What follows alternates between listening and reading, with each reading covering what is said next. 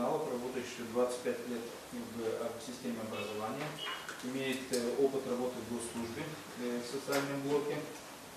Также мы ее все знаем, если может тоже что-то рассказать. Есть, да, пожалуйста, пожалуйста. Какие есть вопросы?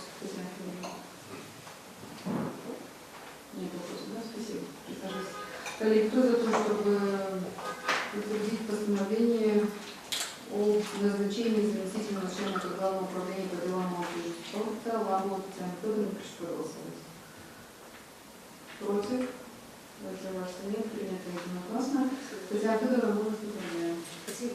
У вас очень большой объем работы. Я надеюсь, что вместе с Романом Владимировичем вы все эти задачи и политики в области молодежи и спорта будете очень эффективно.